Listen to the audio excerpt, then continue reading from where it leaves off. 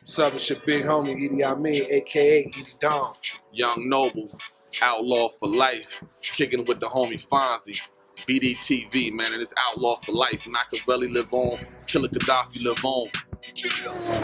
Peace, family. So we're back with it again this week with another exclusive guest. And this time it's the West Coast legend, Nummy Num, a.k.a. Numskull of the Luniz. What's good, my brother? Hey, how you doing, bro? Yeah, I'm good, man. It's definitely a pleasure and an honor to connect with you. So, you look like you're in transit right now. Yeah, I'm on my way to mom's house. No matter how famous I am or whatever, if I don't be at her house to help her do some things, she upset. Yeah, that's real. So, you're definitely out taking care of family business, and that's good to see. How's things treating everybody that side with the pandemic and everything? I mean, it is what it is. They trying to mandate this damn masking again, some shit. I don't. To me, I mean, it's a lot of bullshit. Yes, it is a virus out there, but it ain't nothing but the flu. You know what I mean? And it's not killing. It's not killing all these people like they say. It's not what they say. Put it like that. Yeah. No, there's definitely a lot of different reports on it in different aspects. I guess we can't really go too much into it because just like the mask mandate was somewhat muzzled here around social guideline policies and stuff. So there's only so much we're allowed to expound onto in some of these forums sometimes, which is a shame. But not to get too political, especially at the start of this interview, we want to start with maybe a point that you're quite familiar with, but your biography states that 18 years old was when you first got your big break in the industry by appearing with Drew Down on his LP, and that's where the Ice Cream Man single and stuff came from. So first we're going to start with that. How did you start out with music? What was your inspirations growing up in Oakland and stuff? And when did you start and decide that rapping was your thing? Yeah, we knew rapping was the thing when we was like 15 years old. That's when we knew what we wanted to do, but it didn't start to really. We were selling dope at the time, and it really didn't start until the dope didn't dry up. It was just somebody found out that we had talent, and it was like, you guys can't sell no more dope, and it was one of the biggest dope dealers in Oakland. So he actually stopped us from getting any more dope to sell. He told everybody, y'all sell any dope to these dudes, we're gonna kill your ass. And we didn't get no more dope after that. Oh wow! He kept us in the studio though. Changed our lives for sure. Okay, so that's quite an interesting start. One of the things which we'll get onto a bit more on the Luniz Operation Stackola album, which I thought was quite dope. You guys had on the insert cover like a whole lot of street slang and vernacular and stuff like that, which I didn't think nobody else really did at the time and stuff like that. So it kind of showed that you guys were like young street kids. You kind of, the slang and the stuff that you used and rapped about was so unique. To start with the Ice Cream Man song, because it says that was the song you was heavily featured on. What do you feel about that record and it going on to be a single that Master P went on to reuse and stuff as well in a different regard? Ice Cream Man, that song was exactly what we were doing at the time. We was selling dope, you know what I mean? That's what it was all about back then. Me, people like me, I told my mom when I was young, I never wanted a 9-to-5 job, so I never have a 9-to-5 job. I'm gonna be a rapper, and my only way to that was selling dope, thinking that I'm gonna do it on my own and things like that. But it didn't end up like that. But that's how that started. But Ice Cream Man was actually about where we were selling dope at, where we were selling dope, how we were selling dope, everything. That's how Ice Cream Man was. And when Drew first heard that song, he was like, "Man, I gotta get on that." And that was actually the first song we did for his album. That was the first song. We didn't know how many songs we were gonna have on the album. We ended up having 7. And that was the first song we ever auditioned for him. And as soon as he heard it, we all laid it right then and there, and that became one of the 7 songs on the album. Dope.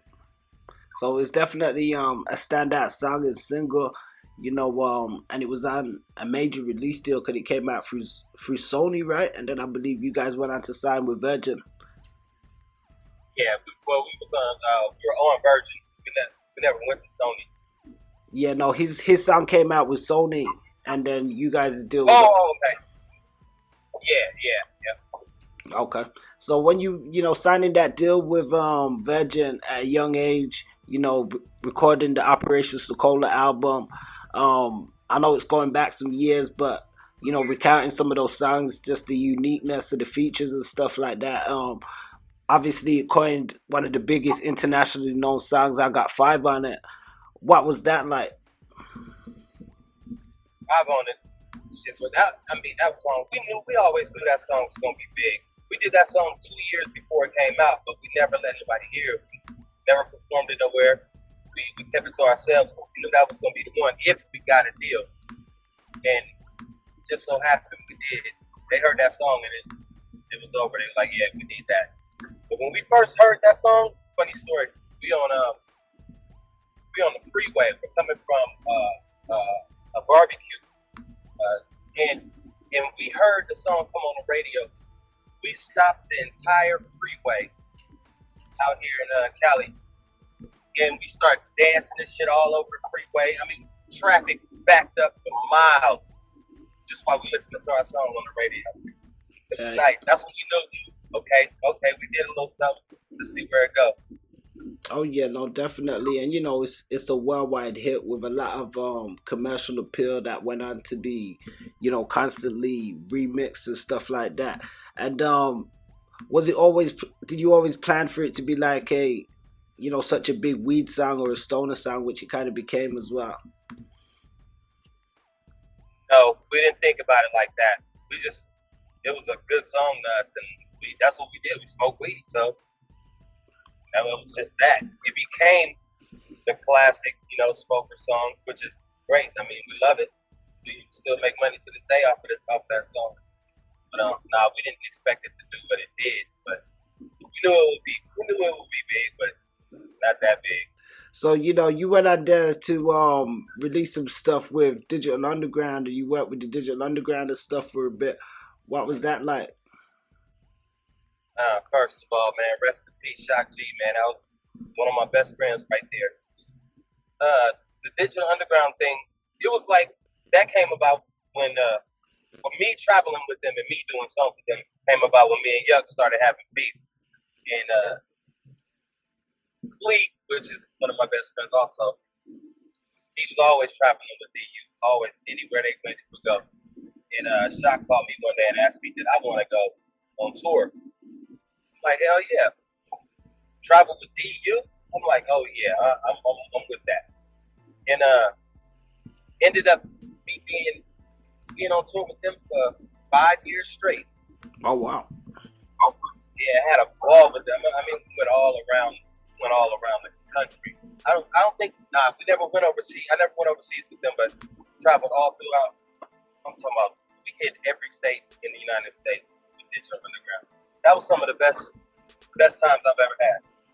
Right, yeah, no, that sounds like an experience, man. I didn't know you did so much time. I know you released the album with Clee, and it did say that you had spent some time like touring and stuff on your biography. Yeah. Now you only Clee and Stackola album. That was a good album. I really liked that album. That was a different album for me, but it was pretty good. It was lovely.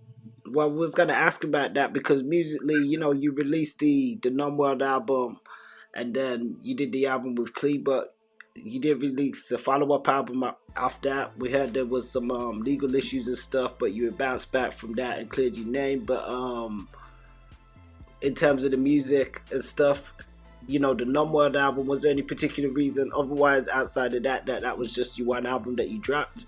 And what was that album like recording it? Because you had a lot of heavy features on there from, the Youngblood, Sean Paul. You had Papa Roo from New Orleans, Devin the Dude, Yuck was on there, the Jacker, rest in peace, That album, I never even wanted to do a solo album, ever. I didn't care about doing a solo album. I started with the Luniz, I was going to end it with the Luniz. That's how I felt back then. But that album came about because somebody just asked me one day, actually the guy who put it out, he was like, man, you got songs, that you ain't put out yet? I'll buy it from you. I'll buy a whole album from you. And songs that I was just doing, just to do them. Songs with Youngblood and all that shit like that. And I was like, yeah, I got some shit for you. So I just threw him those songs. He gave me what, $250,000, $300,000 for the album. I just gave him the songs and let him do what he wanted with it. I really didn't trip on putting that album out. I didn't care if I ever did a solo album. Oh wow, that's crazy. So I'm guessing you didn't play it back. Did you play it back much or not really? No, not really. I did like some songs on there. A lot of songs on there I liked. But yeah, I really didn't play that album too much. My dude, every time I go pick up one of my boys, he play that out. Okay. That's one of his favorite albums. Well, I think the rareness of it even more so makes it stand out that it's you one solo album apart from the Luniz and stuff. You've got your other collaborative efforts and stuff, but that being the solo kind of makes it stand out. Now you mentioned sort of a bit of a separation point at once with Yukmouth, but then you guys would reconnect and re-release, another album and stuff like that, and get back touring and stuff. Was there a reason you didn't become like a member of like the regime and all that stuff when Yuk was doing all that? That's his thing. I don't have nothing to do with that. Words are real big with me, and word regime is not something I want to be involved in, Okay. Yeah, rest in peace. So I know we recently heard of the passing of Gonzo. I don't know if you had any. I knew Gonzo. I knew him throughout the industry, and he used to be with Yuck a lot, and be around, see him in the club and shit when I lived in LA. But I didn't know Gonzo like that. I can call Gonzo a friend, but he really wasn't so. I mean, what do you think of just like a lot of the deaths and stuff that we've seen in hip hop recently, even with a lot of the new generation artists and stuff? Do you think that a lot of the street culture that leaked into the music from the 90s has had an effect on what we see now with the younger generation? Man, I can't tell you what is going. Oh yes, I can. The generation right now, man, it's not what we were in the 90s at all. I mean, the music right now, I don't know. I guess it comes from a I don't give a fuck type of thing with them. You know what I mean? Because now this generation, it seems like they have no morals. They don't give a fuck about shit. It's like they wasn't even raised with parents. And you know what? That's probably our generation's fault. You know what I mean? We was wild our goddamn selves, but we cared about something. You know what I mean? We, especially when it came to our music, we had subjects. We talked about something. You know what I mean? Nowadays, I don't know what the fuck is going on. I can't say everything is garbage. There's some good stuff, but damn, the majority is just like, what is that shit? And the record industry is so fucked up. They just putting all this shit out. If you want to talk about killing your own people, doing drugs, disrespecting women, you can basically be famous today. Now, not to say that we didn't do all of that stuff when we were coming up, because we did, but it was done in a different way, man. I guess it wasn't all that. You know what I mean? We had a lot of it, yes, but it wasn't all that. We had subject matter. Nowadays, it's all that, man. And it's like, damn, y'all don't have shit else to talk about, which really makes it's sad, because that's where we going. Our whole everything, the whole rap thing, that's where it's going. That's where it's at. That's all we have. It's really messed up, man. Yeah. And they're gonna keep putting it out there. They're gonna keep putting it out there because they want our kids to follow that shit. That's how they want our kids to be like that. Yeah, we did put out a report recently which touched on a similar question, and it was based on, can we cancel certain things that we don't like, where, they can cancel things that they don't like, because it was recently a huge uproar with some stuff that happened with the baby and stuff. With that being said, somebody that comes from the generation of hip hop that you do you feel as though the industry has more politically sort of tied the voice of artists nowadays, where they're not as free to express themselves without extra sort of repercussions? Yeah, I can agree with that. I can agree with that. I think it all comes back to how they want us as black people to be. I mean, white kids listen to rap, yes, of course. But the black generation is the ones who go to jail over it, who gets killed over it, shit like that. And they want this. So, yes, it's political.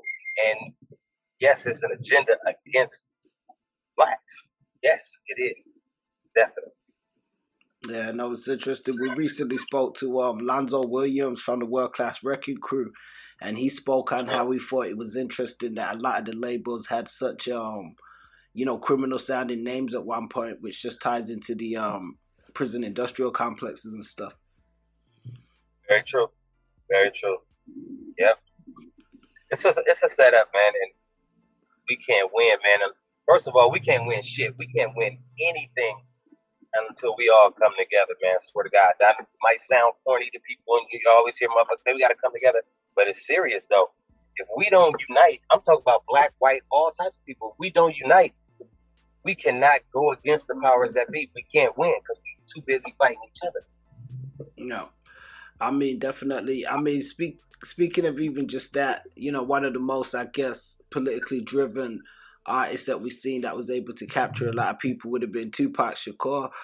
Do you have any experience of just Tupac, or what message do you think? Do you think his message could be replicated now with a new artist, or do you think that just artists like that was just at that one time then, and the message is out there now if people want to receive it?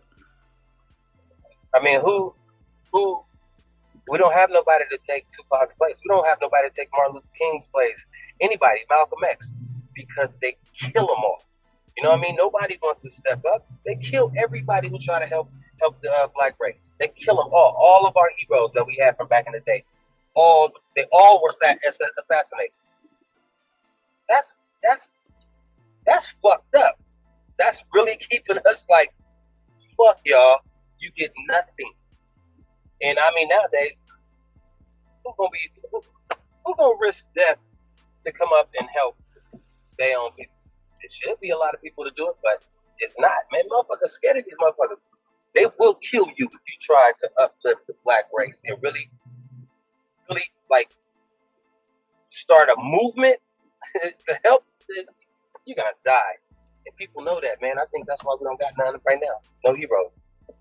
Yeah, it's crazy when you look at it like that, and especially when we think of some of the older guys, they definitely had more so movements behind them, but there isn't so many, movements like that again because there's so much division. I think at the same time, you don't have any, like a new nation or anything like that. There's no big, you still have the nation and their functioning and stuff like that. But yeah, as I say, not to get too political into this, but I do feel sometimes as artists, a lot of artists have a political voice and stuff too, and it's always been that way. But I feel as though it's been silenced a lot more throughout the push for the new sort of music that they want nowadays.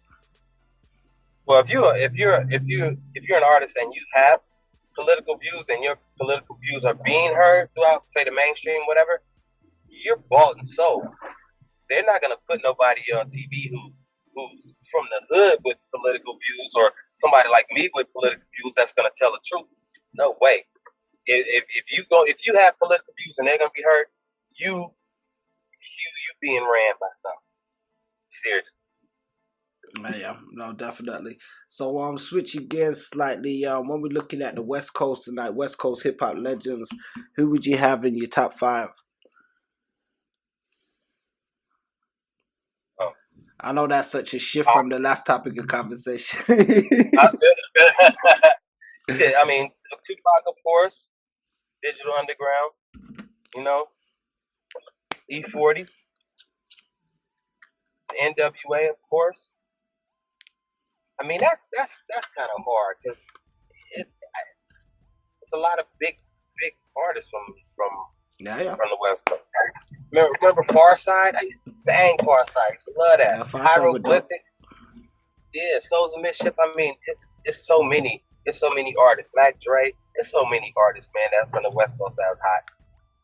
Richie Rich and so stuff I really don't have a top five. All of them was cool to me. Everybody was good to me. Yeah, yeah. And in terms of your time with Digital Underground, just to touch on it again, I mean, just for the people, what would you know express like in the importance of I guess groups like Digital Underground in hip hop and just how they serve the hip hop community? Digital Underground, they changed the way you thought about rap music. You know what I mean? I mean, he came out with this big ass nose on and was all party. You know what I mean? Sexual shit, and I mean, it was a whole different thing with Digital Underground. When when I went on tour with them, I didn't know how to actually perform. You know what I mean? Until I went on tour with them. Yeah, yeah. With the Luniz, we got on stage. You know, we rapped and jumped around and shit and acted a fool. But with Digital Underground, I learned how to actually perform, how to create a show. And DU, they were voted one of the best groups, like #2, under Public Enemy, to have one of the best shows ever in hip hop. And I saw that when I went on tour with them. Incredible. I'm talking about incredible shows. DU, they put a lot of work into their music, of course, and into how they were seen. You know what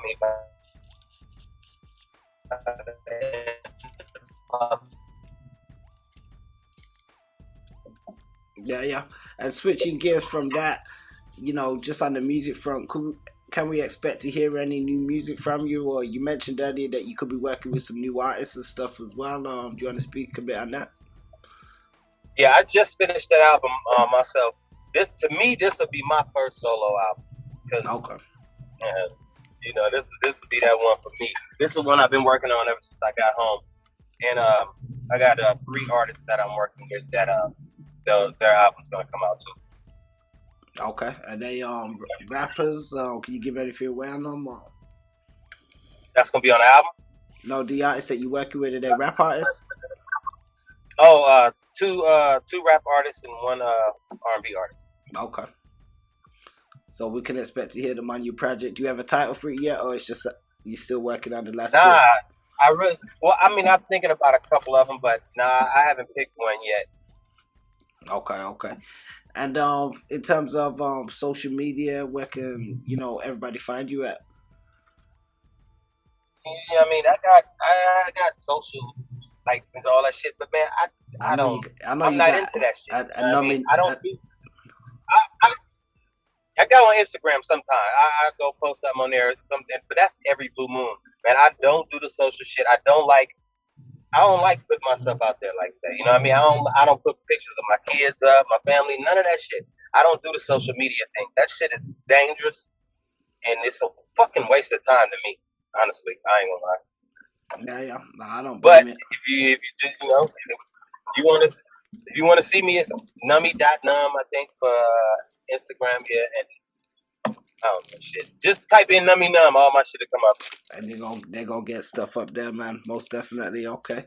So any last messages that you would give to like young people or young aspiring artists coming up? Not to the artists, just to everybody, man. Listen, we have to stop being divided because we can't win against the powers that be. You know what I mean? We need to be together. We have to get through this and stop listening to the narrative, man. Stop that. No, anything you hear on mainstream TV, it's not for you. It's a lie. That's what it is. It's all lies. Read between the lines sometimes, man. Have your own mind. And don't take that fucking vaccine. Please don't. You're gonna be sorry. Okay, so there we go. There we have it. Words from Nummy Num. So we definitely want to say salute and keep us updated with the new releases and projects and stuff. And obviously, we'll put the links down that people can check them out and stuff like that too. And look forward to reviewing them and playing them ourselves, especially like your album that you're saying that this is your first album. So us as fans, we can appreciate and know that, okay, now this is your album. We can understand now that how the other one came about, and this one is one that you'll be working on in completeness to release. Yep. So I definitely let you know as soon as I'm ready to drop. Alright, most definitely. So salute family. We definitely want to say peace to the family. This has been Nummy Num, and we out on this one for this week. Peace. Peace family. Don't forget to like, share, and subscribe, and check us out on aboutthatonline.com. Don't forget to check us out on Facebook for exclusive playlists and social media for all different types of segments and content.